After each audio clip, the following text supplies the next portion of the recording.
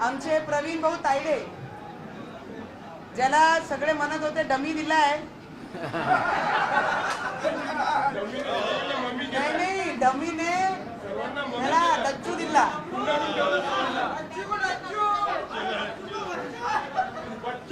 अचलपूर मध्ये ज्या पद्धतीने आम्ही लढलो, राजेश भाऊ, आम्ही 5 वर्ष सोबत भूमिपूजन केले, तुम्ही आणि आम्ही.